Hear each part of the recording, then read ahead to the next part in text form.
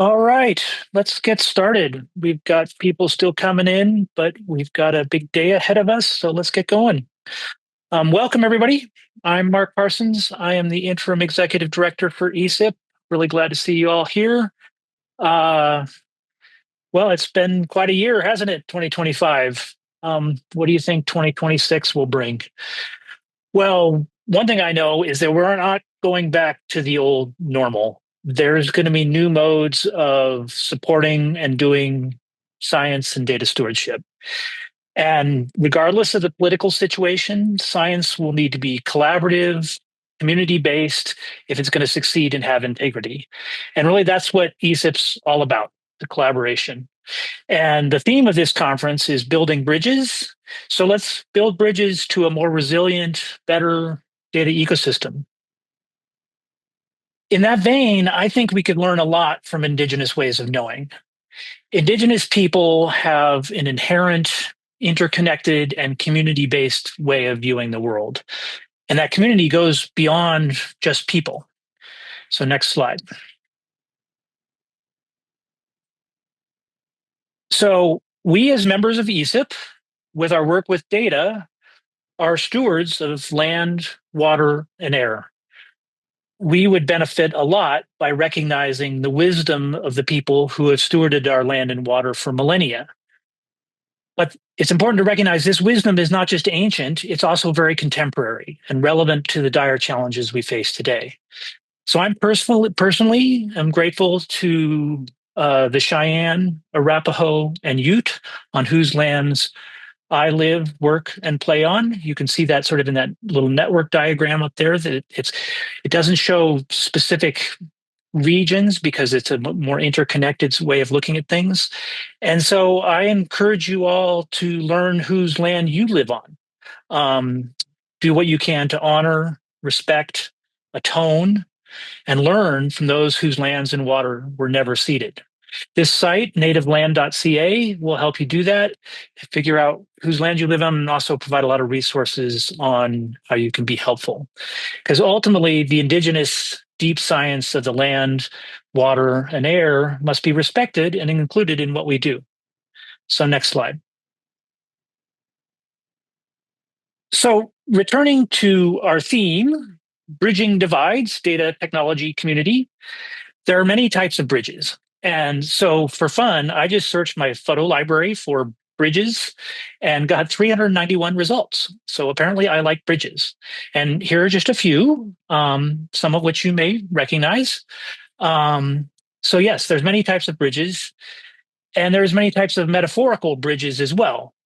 And so bridging to the future is one type of bridge. That's a part of the theme here today. The panel discussion we have during Thursday's plenary will provide some expertise, experience, wisdom on effective transitions. I think that'll highlight that bridge. Connecting communities is another type of bridge. And as just one example, ESIP has been trying to build more international relationships. You'll see that in a number of sessions this week. Some are figuring out the general logistics of how we collaborate globally. Some are getting down to the technical brass tacks of how to be broadly interoperable. And then, of course, an ESIP's strength is the bridges between observations, technologies, and people. Check out one of our T-shirts has highlights that bridge theme. But a great way to see that theme, that sort of bridge, is in our research showcase, and I'll talk more about that later. But be sure to bookmark it and check it out. And then also Owen Nevin from the Western Australia Biodiversity Science Institute will be giving us a nice real world example of sharing data across different trusted data spaces. It's a technical issue, but it's also a policy issue, a trust issue. I think you'll find his talk quite intriguing. So next slide. And so I'd also just like to remind us as we build these bridges that we have our community participation guidelines. I think ESIP is quite good at this, but we must always be mindful. Basically, the bottom line is be a decent human being, listen more than you talk, listen much more than you talk, include everybody, assume the best of people, and recognize that tension is part of moving forward. So be respectful, be professional. This QR code will take you to the details and also a reporting form if you have any issues. Also, if you have any issues, just contact one of the staff. And next slide. So finally, a big new thing for ESIP is our new executive director, Sarah Cooley, who just started 2 weeks ago. She's going to be great. I was introducing her to some of our funding partners the other day, and she was talking about fostering interagency connection, interdisciplinary connections, interoperability. She said, "I'm a big fan of inter everything."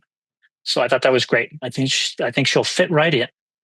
So Sarah will be cruising around the sessions this week, trying to meet as many of you as she can and see what y'all are working on.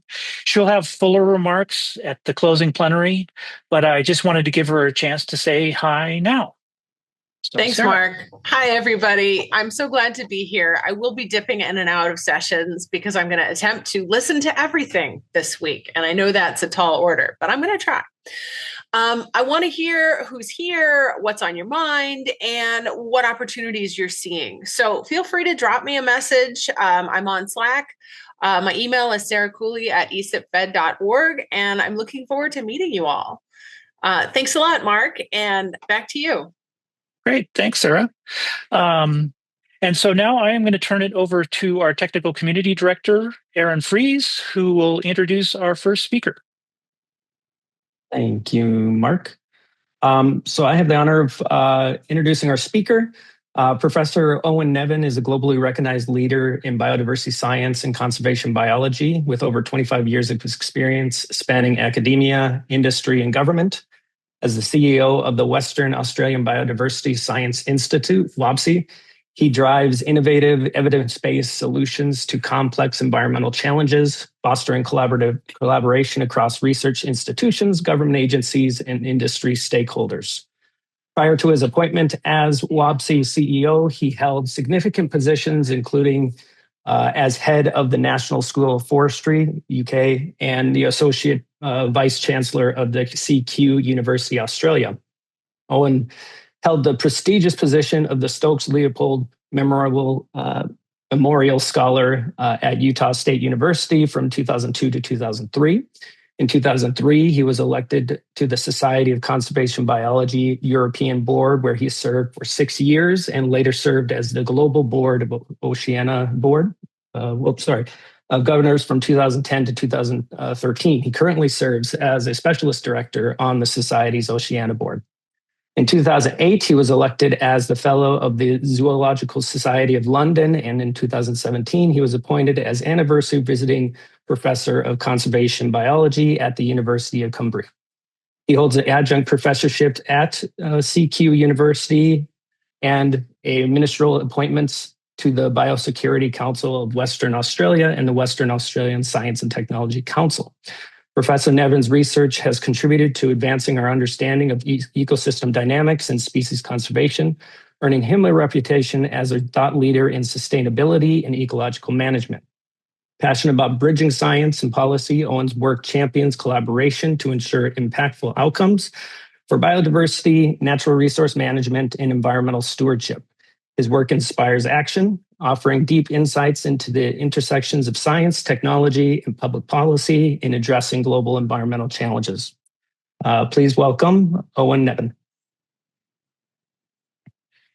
Thanks, Aaron, for that introduction. And it's always a little awkward listening to something that's written about you and then read out when you're there. But hopefully that gives a picture of my background. I'm a conservation biologist by training, not a data scientist and not a technical practitioner in this space, but lead an organization that has been working deeply in environmental data sharing, and hopefully be able to bring some of that to the table. But if you have really deep technical questions, I'll take those on notice. This evening or this morning for you, take you through the journey that we've been on as an organization, as we've established a shared environmental analytics facility and building that trusted environmental data and information supply chain, putting it into practice some of the things that we aspire to, and seeing how those have worked in practice, and how we've overcome some of the challenges along the way. If I can go to the next slide, please.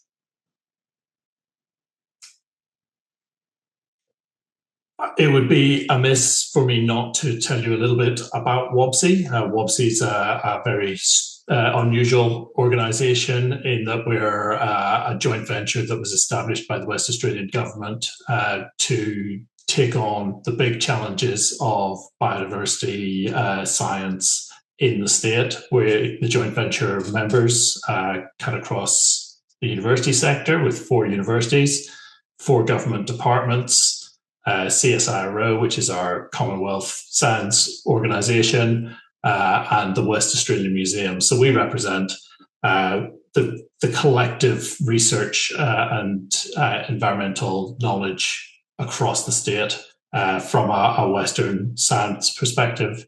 Picking up on Mark's comments earlier, I'm joining you today from the lands of the Whadjuk people of the Noongar Nation, Burraloo, Perth, in Western Australia, and we have a privileged position in joining our traditional owners in taking responsibility for land and land management and understanding this land, which they've been caring for 60,000 or more years in a continuous way here in Western Australia, and in a way that is in that holistic and integrated, bridged manner that is such a challenge to a Western way of thinking, but so natural in traditional cultures.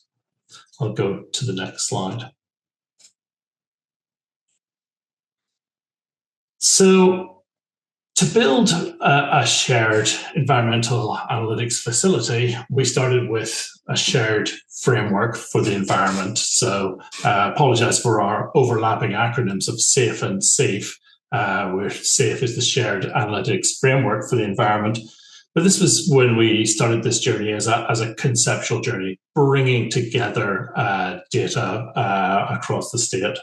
One of the things that we realized early in this journey was that the vast majority of environmental data in Australia, and particularly in Western Australia, is generated for the purposes of either environmental compliance, so compliance with regulatory processes, or for the approvals of new projects.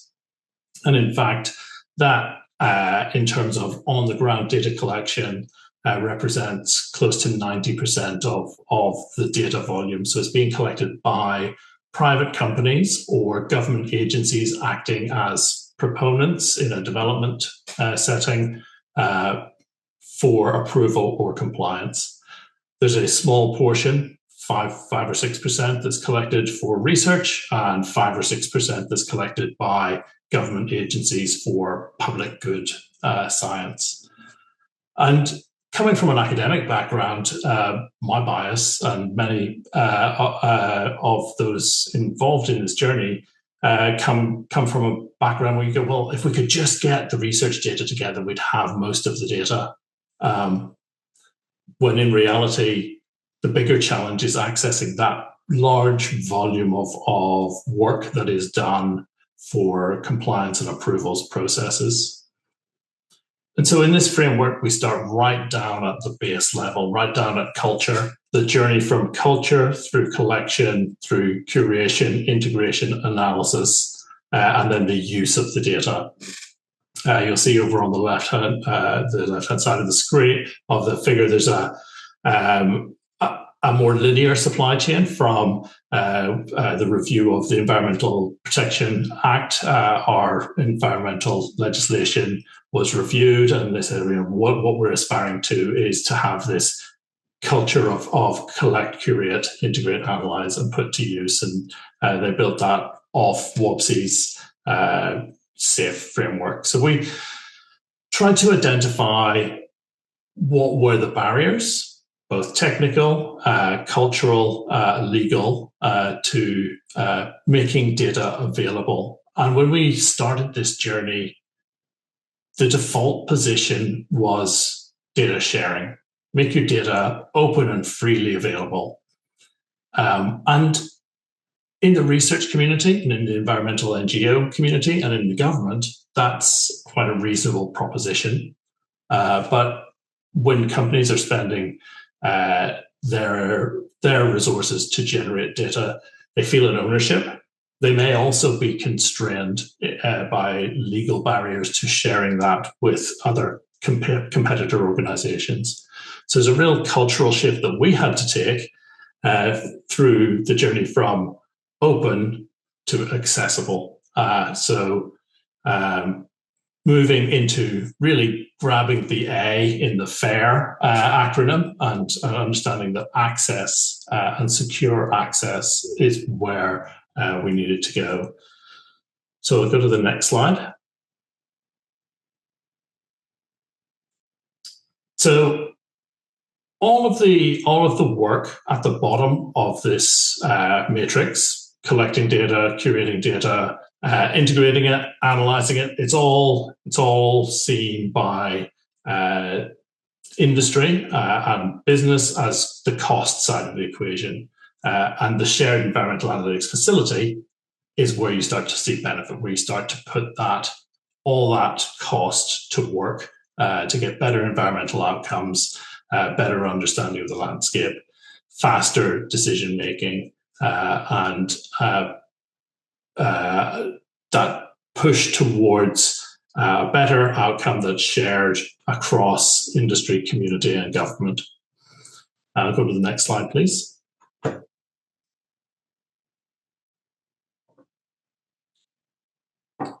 So bringing together data and information from existing repositories, so not reinventing the wheel and not scrambling to create one database to rule them all, or one final destination for all the data to be in. We worked to build a platform and tools that allowed access to existing data repositories, so where data was publicly available and stored, or restricted availability, but already collected and curated into a national repository or an international repository. And then the tools to combine that with private information that needed to remain secure, private information that could become public, and government information that needed to remain secure.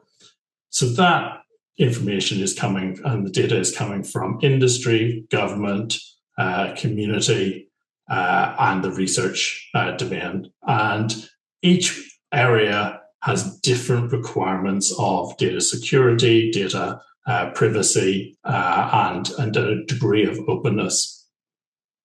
What we realized as we came along this journey over time is that really people want shared outputs, but they maybe don't want to share their data. As an example, in this space, some of our industry proponents and partners that are working with us would really like to have a shared understanding of groundwater in some of the regions that they're operating in. The regulator would also like to have a shared understanding of groundwater, and the traditional owners would like to understand what the current developments are doing to culturally important or significant springs and streams within their landscape. But there are legal impediments to sharing that information with other companies, because a groundwater forecast is one step removed from a production forecast, and a production forecast is a regulated element of information that companies can't share under sort of anti-competitive legislation. So everybody can see benefit in understanding this aquifer and groundwater conundrum together, but they've never been able to share their data previously. So we set out to try and bridge that gap, come across that legal barrier to enable good environmental, social, and corporate outcomes. Next slide.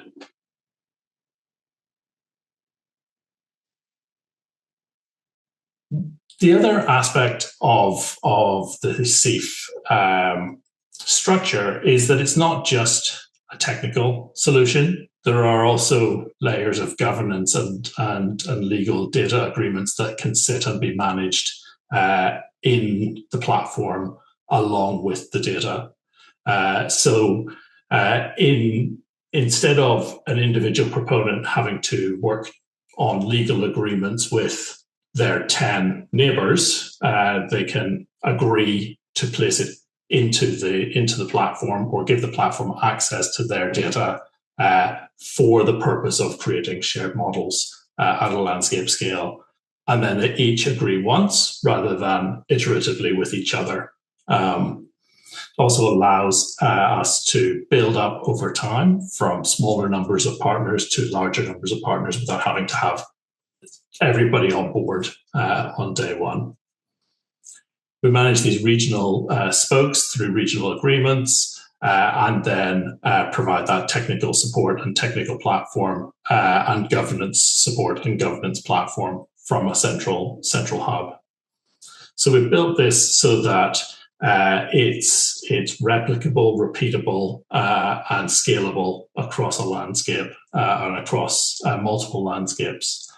So when we started our pilots 2 years ago with two pilot programs, we decided to look at two very different landscapes, both in terms of scale and in terms of environment. One in a large mining region in deserts of WA, and one in a port. And I'll talk you through those two pilot examples a little later in the presentation. We'll go to the next slide.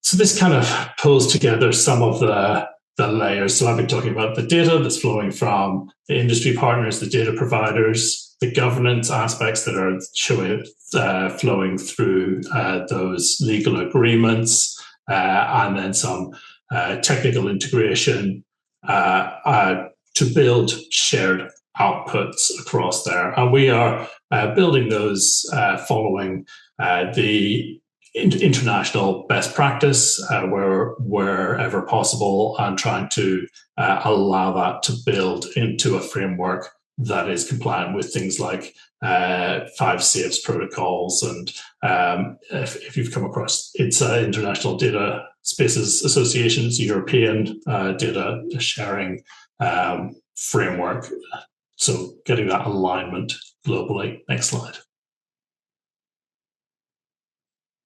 I think it's really important to get that global alignment because one of the things about Australia, both positive and negative, is we're a long way from everywhere else. So it can be often very easy to invent when you could actually adopt. So we try very hard to reach out to global partners, both in terms of technical platform and governance standards, to ensure that we're adopting best practice and sharing what we can out to our partners globally. Next slide. So over the last 2 years, we've been working on putting this into practice through 2 pilot regions, which are really translating that data into streamlined decision-making. So building the tools to make the decisions or to assist decision support, and building the data pipelines and the trusted data supply chain that flows into that through the facility. It's not a solo sport. It's very much a team endeavor. And the next slide, if we can go to that, just is a bit of a splash of some of the partners that are involved in that work. And it's across government, supported by both the West Australian and the Commonwealth government here in Australia, but working with global partners, both in terms of software development and in terms of the industries that we're supporting. Next slide.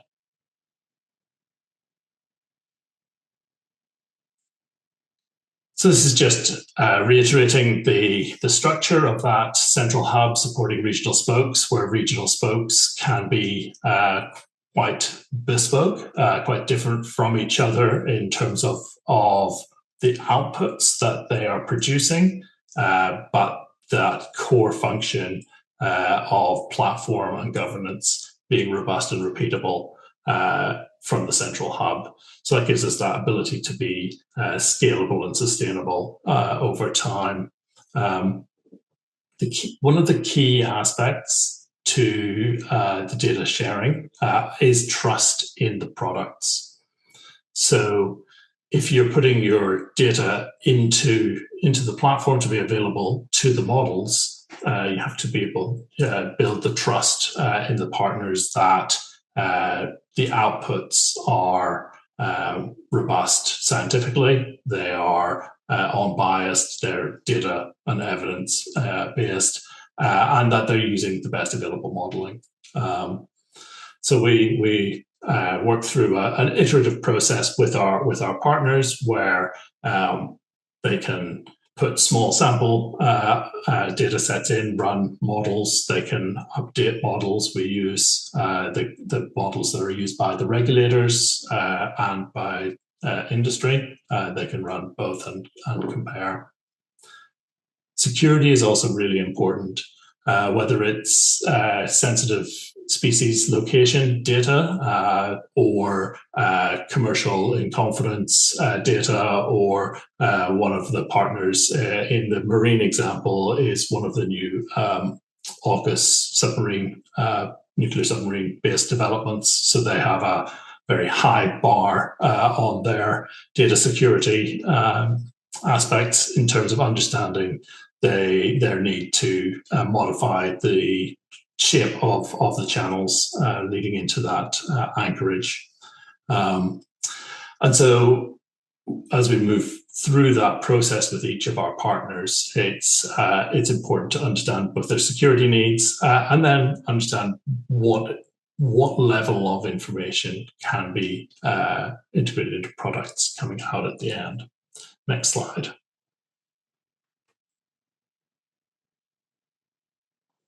So I mentioned the marine case study, pilot study in Coburn Sound, which is here in Perth. It's a major port development where the state government has opted to relocate the major import-export terminal for Perth and for the state of Western Australia. Western Australia is kind of a strange state in that it's a vast state, but most people live in Perth. So we've got 2.5 million people in the state, 2 million of them live in Perth and the surrounds. The rest of the state is very sparsely populated. So there's a real concentration of import-export to support the community in Perth and the exports from the surrounding region. And the current harbour and port infrastructure has become surrounded by urban development. And so they're building proposing to build a new port a little further south in this region of Coburn Sound. So that leads to a need to understand a whole range of environmental factors within that region. Go to the next slide. So working with our partners, another acronym for you, WAMSI, the West Australian Marine Science Institute. So they are our sister organisation working in the marine space. We've been developing integrated ecosystem models for Coburn Sound to enable environmental impact assessment and modelling of dynamics across that proposed port development. So that integrates everything from benthic and community models sediment quality, noise, hydrodynamics, all the things that you would expect in building a model to support a capital project that will involve a lot of dredge, but also a lot of new shipping and ship movements into that region. Next slide.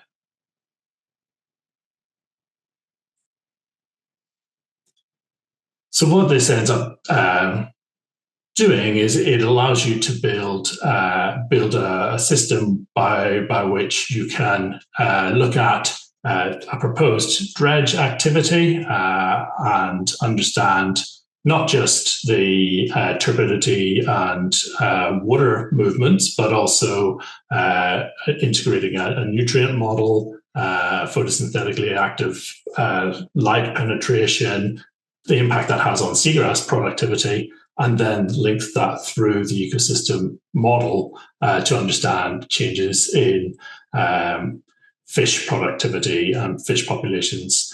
So we have snapper populations that are very culturally significant to our local traditional owners, also very culturally significant to more recent Western arrivals into Perth as a sports fishing and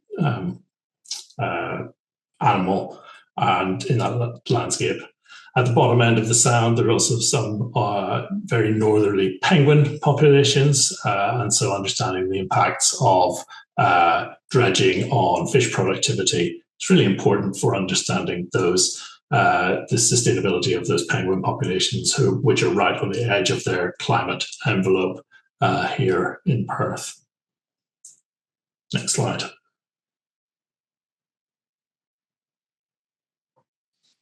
So building these models allows this industry operation and growth to happen. It allows an integration across multiple industries. So one of the very positive outcomes during the pilot has been that two of the industry partners, the port developers in Westport and Water Corporation, who run our municipal water supplies here in Perth, where most of our water comes from desalination, they have overlapping footprints of developments where a new desalination plant is also proposed in that region. The original design of the Westport port infrastructure changed current flows in a way that would have created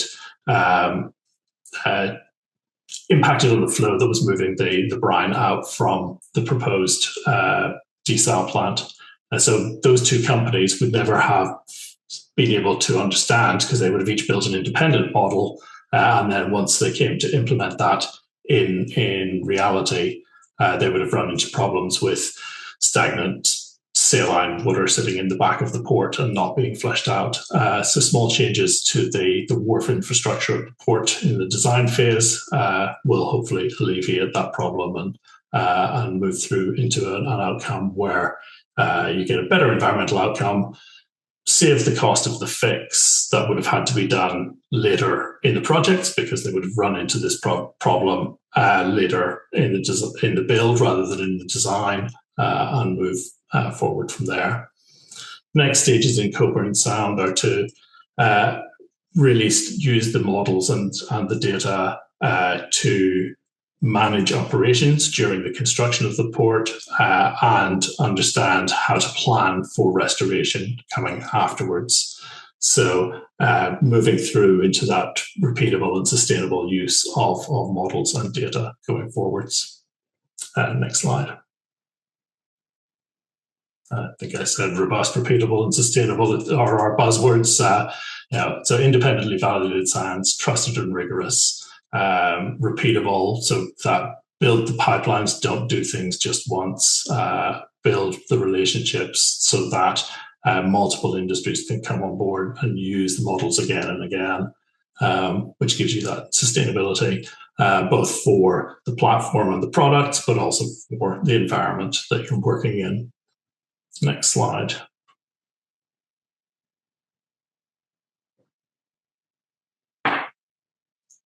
So our other pilot region, moving from Coburn Sound, which is major project, but in a very confined footprint, to a landscape in the Pilbara, where we take what we term a sub-regional approach. So Pilbara is around the size of, I should have had a North American example, but it's around the size of France. So it's not a small space.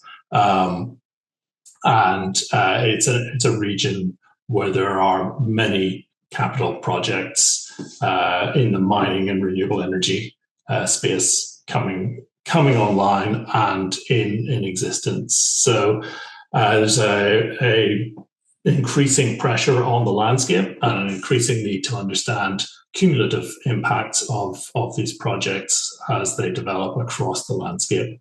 The legislation in Western Australia requires proponents to have an understanding of the cumulative impact of all the projects in the region that they're working in.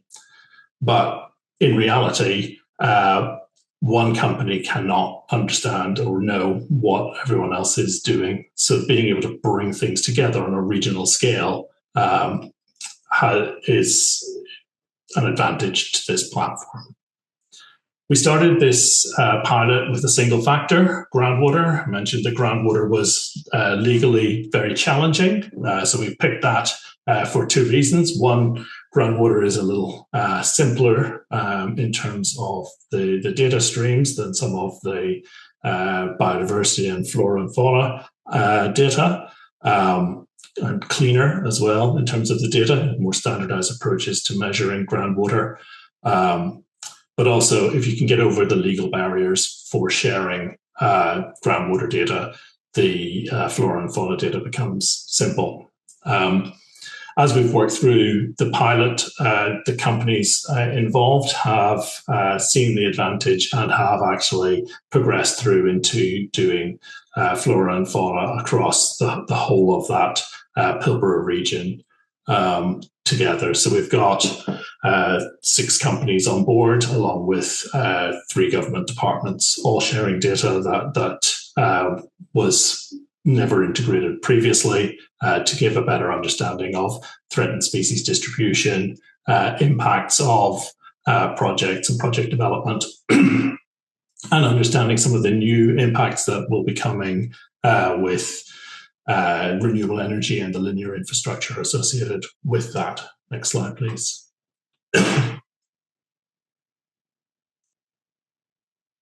So in the Pilbara, we're working through that same process that we had in Cockburn Sound, taking the models that exist, implementing them with better access to data, doing model improvements, and building from species distribution through habitat into ecological connectivity, and then the aspiration at the bottom there of an integrated ecosystem model for the whole region, linking all the way from groundwater through groundwater-dependent ecosystems, through the species that live in them, into an understanding of impacts at a landscape scale.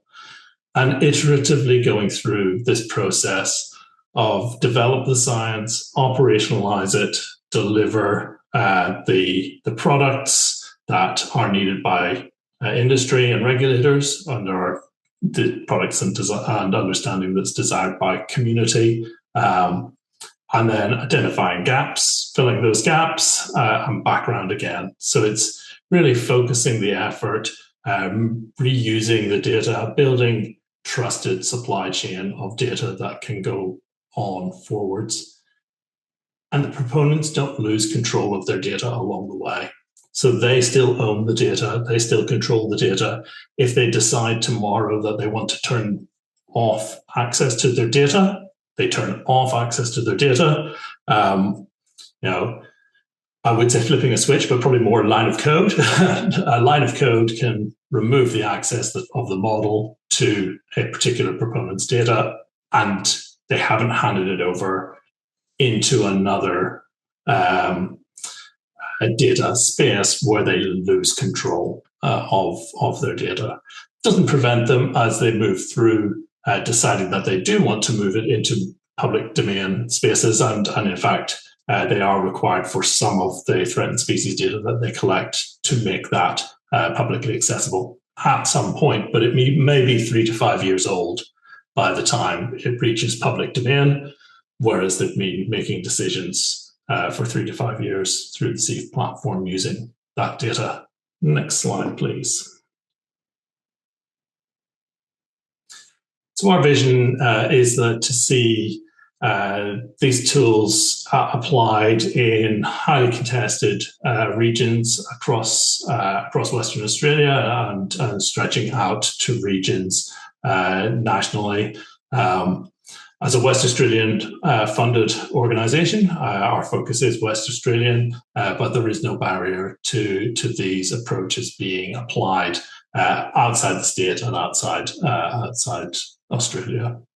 So with that, I will wrap up and take any questions. Thank you, Owen. We have been gathering some questions in our Slido. I'm going to move over there and I'll kind of start with the most upvoted ones. Seems this effort's success is part due to the cooperation and forward-looking AU Gov. Could you comment on the extensibility of this model to other nations?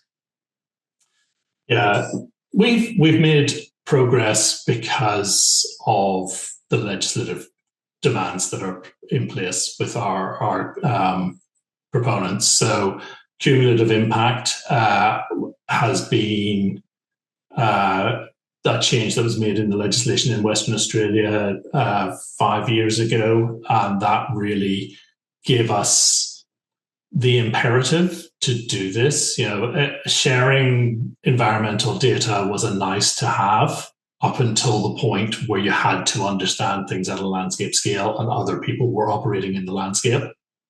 So yeah, absolutely. The change at a legislative and a policy level has given us the opportunity to develop these tools in a place where, environment, let's be honest, for many industries, environment is a grudge purchase. They do what they need to get an approval. They do what they need to get social license. And having the opportunity to stretch what's possible because the legislation changed was advantageous.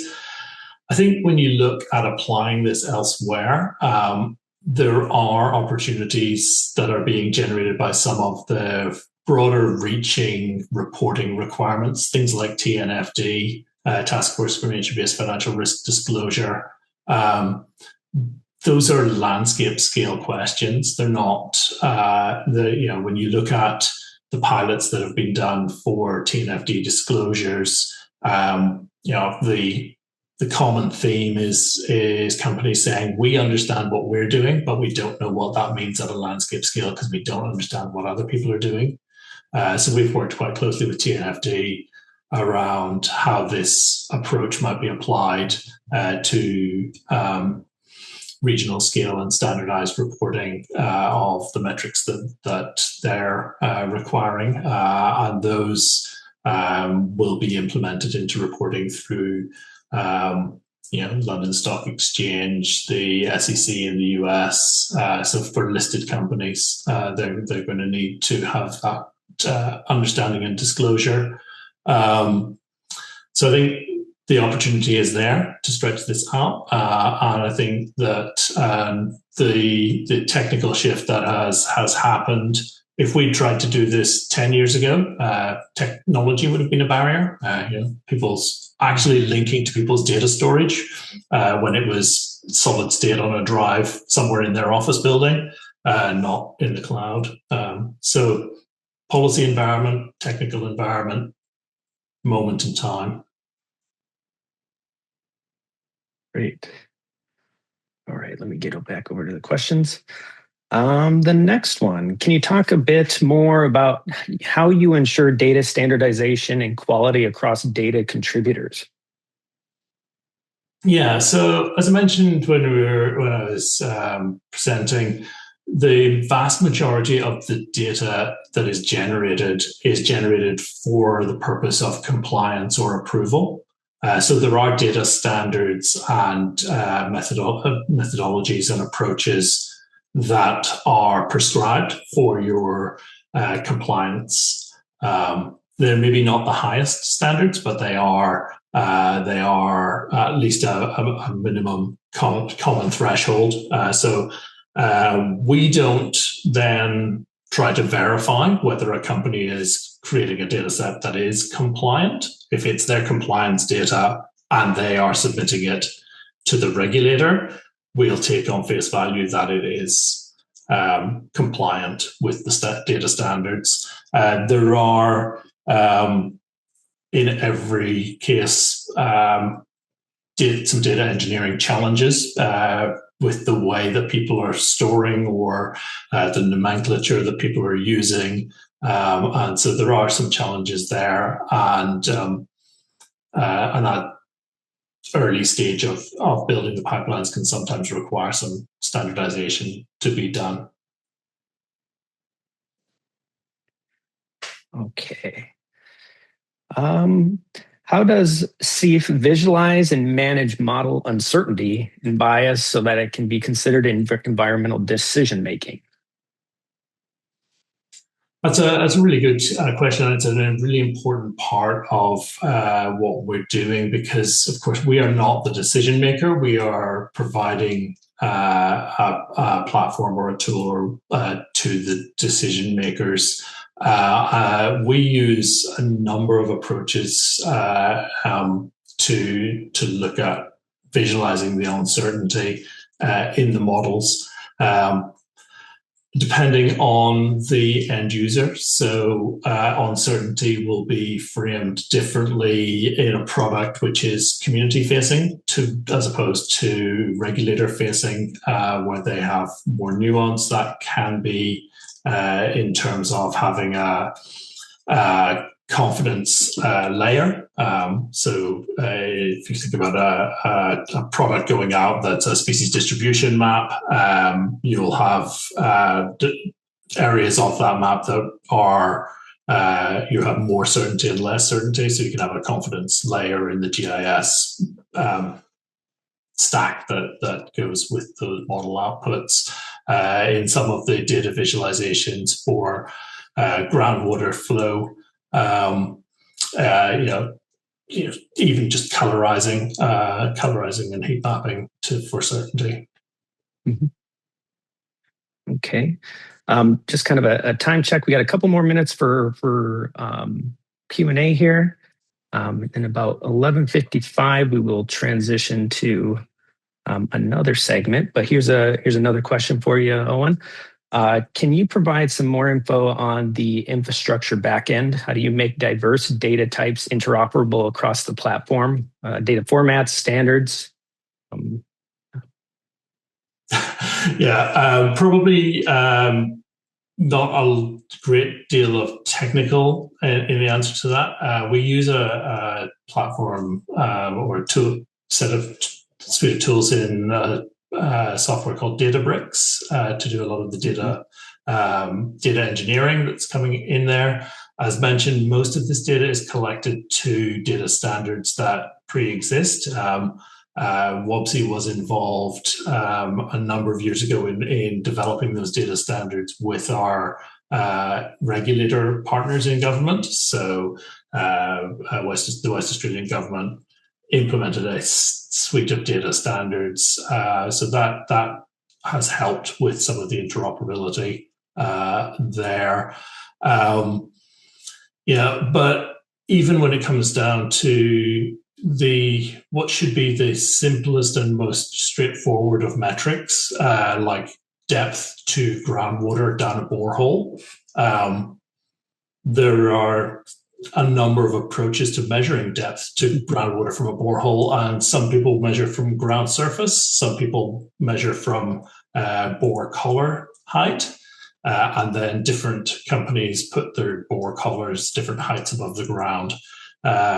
So there is some work that needs done in terms of when a company says it's X meters to groundwater, knowing that that has been measured from surface or collar, or they're easy fixes because once you know their whole data set, it can be transformed by that step. But garbage in, garbage out. There are no quick fixes, and CEEF isn't magic. It doesn't bring together disparate or noisy data and suddenly make it beautiful and pristine. There's work that needs to be done. Yep. Okay. This might be the last one, but let's get to it. How can industry data be validated if it is private? That's a challenge that we constantly face. The access versus visibility. So if we can't see the data, how do we know that we can validate it? And again, we lean on the fact that these companies are submitting this in response, these same data sets in response to their legal compliance obligations.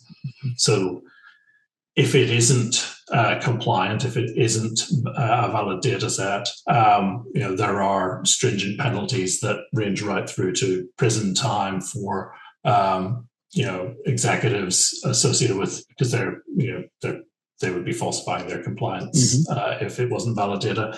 So the trust has to run both ways between proponents, the organization, and the community. And we have to take on face value that their data is valid, and that's we don't endeavor to verify that because we can't. Okay. All right. Well, we have a few more questions, but I think we're going to pause here. We'll pass the leftover questions over to Owen and kind of post those responses in the notes. Please join me in thanking him for his time and the presentation. Now I'm going to hand it over to Alicia to kind of give the introduction into our next fellow presentations.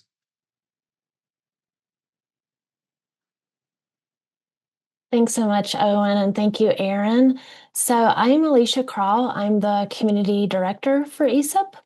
We wanted to provide some time and space in today's opening plenary to highlight our 2026 cohort of ESIP Community Fellows. Fellows are selected annually and include graduate students and postdoctoral researchers interested in bridging the gap between informatics and earth science. This fellowship provides early career researchers with a chance to work closely with earth science data professionals in an interdisciplinary cross-sector group by working with one of our collaboration areas and also supporting our ESIP meetings. So you will find them attending sessions throughout the week. So we encourage you to connect and introduce yourself so they can get a jump start on finding their people within the community.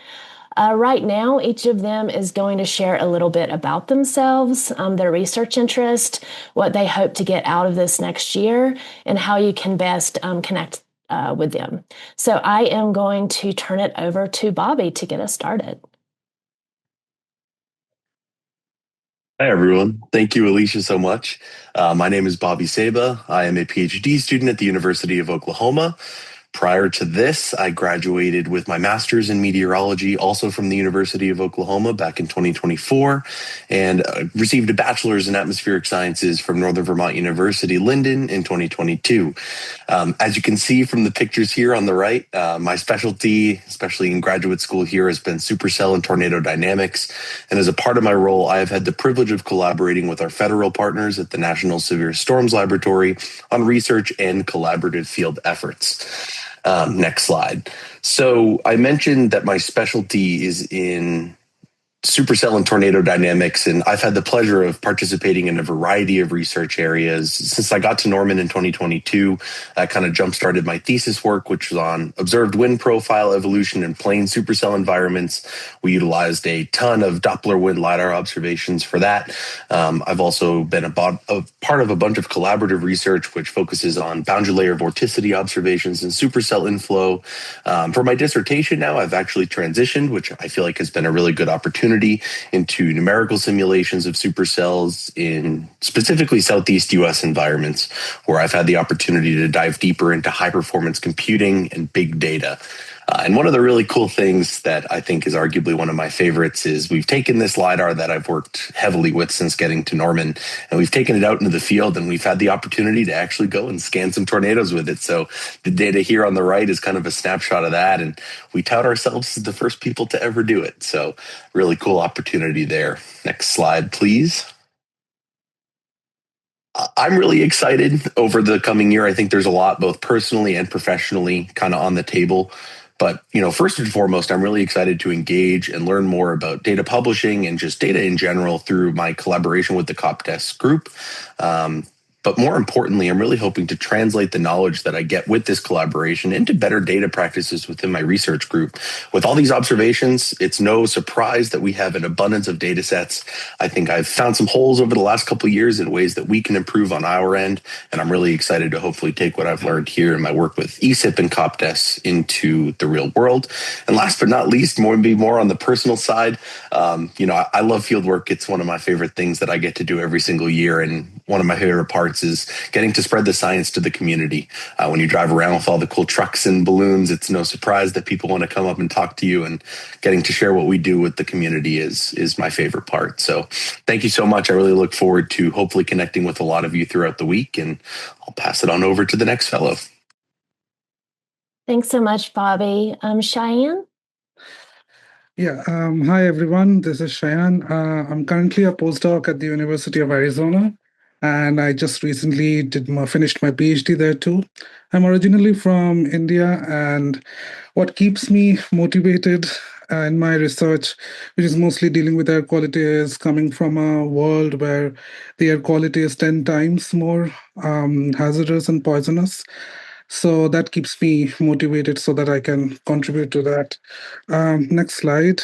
So my research themes during my PhD and now is mostly dealing with Earth system interactions, particularly aerosols with snow. It's also dealing with a lot of data across both models and satellites and observations from grounds, networks, and also a lot of inverse modeling and interdisciplinary techniques, even with artificial intelligence. And currently I'm working with the Arizona Board of Regents to address the ozone problem here that we have. Next slide, please. So in the current year, I'm really grateful to ISIP for this opportunity to engage with the community. I really want to explore new ideas, topics, and contribute to the data health desk cluster, as dealing with data sharing and creating research workflows is a big part of my work. So thank you. Wonderful. Thank you so much, Cheyenne. Gabby, if you want to go next. Yeah. Hi, everybody. My name is Gabby Brown, and I'm a first-year PhD student at the University of Oklahoma in Atmospheric Sciences. I started my PhD back in August after finishing my master's in meteorology over the summer here, also at the University of Oklahoma. I'm originally from Broomfield, Massachusetts, and I did my bachelor's also in New England at Northern Vermont University, Linden, formerly known as Linden State and currently known as Vermont State University, Linden. Feel free to go to the next slide. Right now, I'm working in subseasonal to seasonal predictability, and specifically, I work under Dr. Kathy Pijon in the OU Earth System Prediction Lab. My master's work was in assessing the subseasonal predictability and sources of predictability for 3 extreme precipitation case studies. The first was the 2022 Pakistan floods, and then the last 2 were the 2017 and 2023 extreme precipitation events that occurred in Peru. Now, those last two precipitation events really motivated my PhD work, which is really in examining how sea surface temperatures are impacting extreme precipitation in Peru and Ecuador. And the focus on that is with coastal El Nino, which is anomalous sea surface temperature warming along the coast of Peru and Ecuador. And this work is supporting the Global Water Security Center, which is an organization that kind of helps to bridge the gap between scientific research and potential users through providing briefs and forecasts. Feel free to go to the next slide. And so this coming year, I really hope to, first on an academic kind of basis, submit my master's research for publication and really dive further into analysis for my PhD research. But much bigger picture, I'm super excited to be working with ESIP and specifically be working with the Disaster Lifecycle Collaboration Area or cluster. I'm really hoping to kind of learn a lot from this community and be able to bring that back to my own research and my other collaborations, but also hopefully be able to contribute to this community and cluster in some way as well with ongoing projects and such. But my contact information is below, so feel free to reach out to me if you have any questions. Thanks so much. Thank you so much, Gabby. Luana. Hello, everyone. My name is Luana Antunes. I am originally from Brazil, where I got my environmental management degree. As a PhD student now, second year here at Florida International University, we are very close to Everglades, and my focus is still on air quality, which in Brazil I already studied in São Paulo metropolitan area and Rio de Janeiro to understand spatial and temporal dispersion of pollutants. So here in Miami, I still study air quality patterns based on nitrogen dioxide, formaldehyde, ozone with Pandora spectrometer from NASA. And my big new area of study is adding a little bit of remote sense to the observation, to the analysis, understand using these new tools, and understand how the local atmospheric relations are developing in this coastal area here. Please, the next slide. So these are some photos. This is the area we are working. We also have some undergrad and high school opportunities to develop science there with students, and it has been great.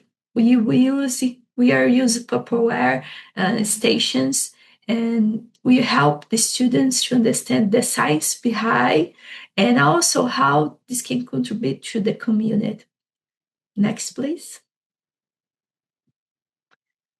So far this year, I hope to complete my qualifying exams and continue understand more details about how to use remote sense to the air quality applications like Tempo, which is another tool for understand pollution distribution, and develop more connection with undergrad students, not only from environmental department, but also from computer science, architecture, engineer, or other course, and continue the activities with the high school students and seek for new opportunities here in this network and engage with interdisciplinary research.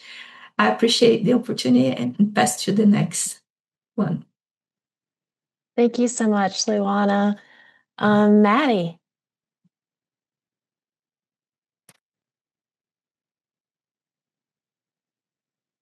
Maddie Berger. Hi, everyone. Sorry, we have two Maddies. I just wanted to see which one was first. My name is Madeline Berger. You can also call me Maddie. I am a second-year PhD student at the Hawaii Institute of Marine Biology, which is part of the University of Hawaii Manoa here in Honolulu. And it's been a journey to get here, which I think this slide kind of describes. I have a background in economics, so I got my BA in economics, and then I also have a master's in environmental science from the Bren School. at UC Santa Barbara. And after my master's, I worked for a while at NCES, where I worked on marine spatial planning projects and also a paper on nitrogen pollution to the Mesoamerican reef. And this is what really inspired my PhD work, which actually started in geography at Arizona State. And then my lab moved to University of Hawaii. So that's where I am right now. Next slide, please. And even though geography and marine biology might be kind of different or very different, it actually works out pretty well for me because my research has always been on land-based impacts of coral reefs and really focusing on kind of looking at the temporal aspect of these linkages over large spatial scales. So really working with a lot of big data and therefore working mostly on data synthesis with field data and lab data, remote sensing data, adding machine learning modeling and multivariate modeling. So transitioning to HIMB has actually been really cool because I'm able to kind of build upon a lot of the lab and field work other students are doing with my work in big data. And I have study sites in Hawaii and also Belize. And this is just a figure from my Belize site, just kind of showing the complex interactions we're trying to understand better between what's happening on land and what's going on in the reef systems. Next slide, please. And so this next year, I am really hoping to complete my comprehensive exams or my qualifying exams, as they're called, as well. I'd love to submit at least one of my dissertation chapters, even though I'm a second year at HIMB. I'm a third year PhD student, so I've been working on some of these things for a while, and things are starting to come together. So really excited about that. And then, of course, I'm really excited about my opportunities here with ESET. I am a fellow with the Marine Data Cluster. I don't think I put that on the slide, but super excited to create new connections with data professionals across different sectors using marine data and also engage with the other clusters to learn more as well. So yeah, please reach out if you're interested in any of this and looking forward to meeting you all. Thanks, Maddie Berger. Maddie Allen. I should have been more explicit. You're good. Hi, everyone. My name is Madeline Allen. I got my bachelor's degree in Earth and Environmental Science. And after graduating, I spent a couple years farming and doing different internships, including ones with NASA and the US Forest Service. And during that time, I got really excited about different career paths in the public sector, especially where science directly supports decision making. After that, I earned my master's in civil engineering at Vanderbilt University, working with Dr. David Furbish and Dr. Mark Abkowitz. And now I'm a third-year PhD student at Cornell, working with Dr. Scott Steinschneider, focusing mainly on water resources engineering. Next slide.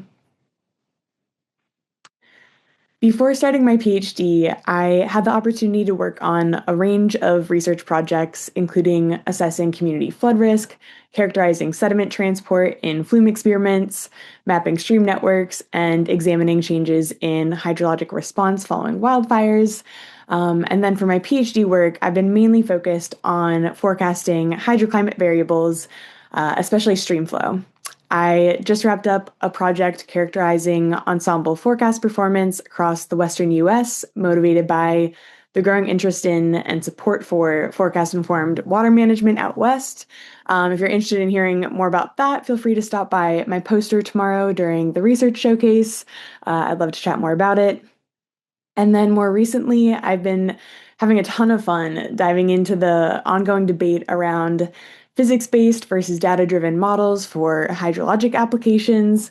And in particular, I've been thinking a lot about how we can robustly assess model behavior when the observations don't exist for the variable that we care about. For example, streamflow projections under climate change.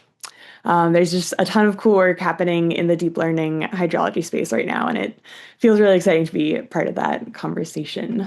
Next slide. And then looking ahead, I'll defend my A exam this coming year and hopefully wrap up my second dissertation chapter. And I'm just really excited to spend this year as an ESIP fellow and to get to know folks in this community and the machine learning cluster and hear about the research questions and applications you all are interested in. And on a fun note, outside of work, I'm looking forward to spending more time in 2026 backpacking and playing the guitar. So yeah, please feel free to reach out either here or via email or LinkedIn if you're interested in chatting about research interests, career paths, anything in between. I'm really looking forward to meeting many of you over the next few days, and I'll pass it off to the next fellow. Thank you, Maddie. Last, we have Rachel. Hi, everyone. My name's Rachel. A bit about me is that I'm from Chicago, Illinois. I did my undergrad in physics, and then I did my PhD at UC Santa Barbara, environmental science and management. Maddie Berger was one of my students, so I love getting to reconnect with her. I am now a postdoc at Cal Poly Humboldt on a multi-institutional grant with the Alfred P. Sloan Foundation. During my PhD, I did a lot of TAing and just teaching in general. I got really interested in how we teach about Earth systems and how we teach data science. So my postdoc has been more focused on that. We can go to the next slide. Thank you. So my dissertation research was using a process-based eco-hydrologic model to look at urban tree water use during drought. And I did help with my lab that was really focused on modeling like forest climate interactions. So like drought effects on forests, wildfire risk, that sort of thing. And then because of all the teaching I did, I kind of shifted into this more like educational space. So now I work with undergrads at Cal Poly Humboldt to introduce them to the research process and data science. And I also work with instructors at two-year schools and tribal colleges to get more data science curriculum into their classrooms. And I included on this slide a little logo for the Ecological Forecasting Initiative, because that's a group that I've been really active on as a postdoc with building collaborations. And I don't know, I think they have a lot in common with ESIP, it seems like so far. So if you're familiar with them, hit me up. Next slide. Okay. And then the next year, this semester, actually, I'm teaching my first class in a prison. So I'm really excited about figuring out how to be a better teacher in a setting that is like not very typical and sometimes doesn't have access to internet. I'm planning to write and submit a paper that's about educational research. So again, I have more of a quantitative background. Social science, educational research is new to me. So I'm really excited to build new collaborations with the ESIP community, especially the education committee, which is who I'll be working with. And then the photos I included here is because a couple weeks ago, I went out to Bozeman, Montana, and I got to teach a workshop on Introduction to Environmental Data Science in R for instructors from Little Bighorn College. So that's like a new collaboration that I just have been building. So I'm really excited about that this year as well. And thank you, everyone.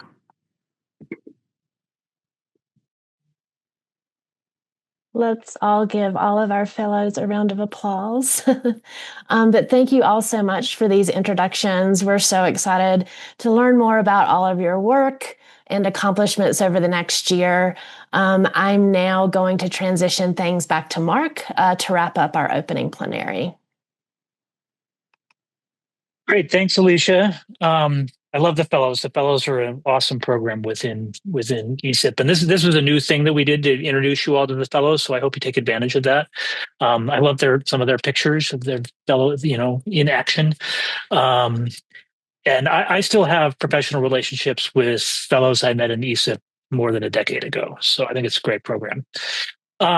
Just wanted to give a quick plug for our t-shirts. We got 2 awesome t-shirts this year. I alluded to the first one already. This is sort of a classic, this Bridging Nature and Technology.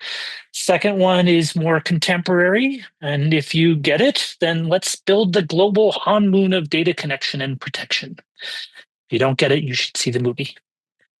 Next slide. So we have a coffee break coming up later, and we want to make that a interactive session, a way for you all to network and so forth. So it's sort of a birds of a feather thing.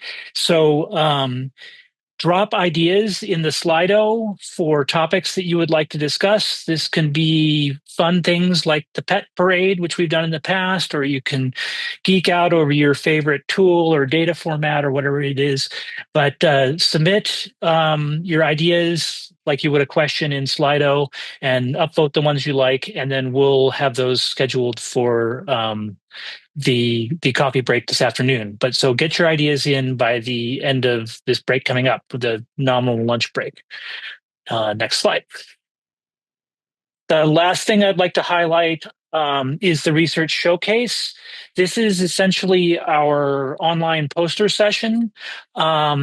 It's quite cool. It's open all week. You can go browse the posters anytime. You'll see it as like another space within PicoChat.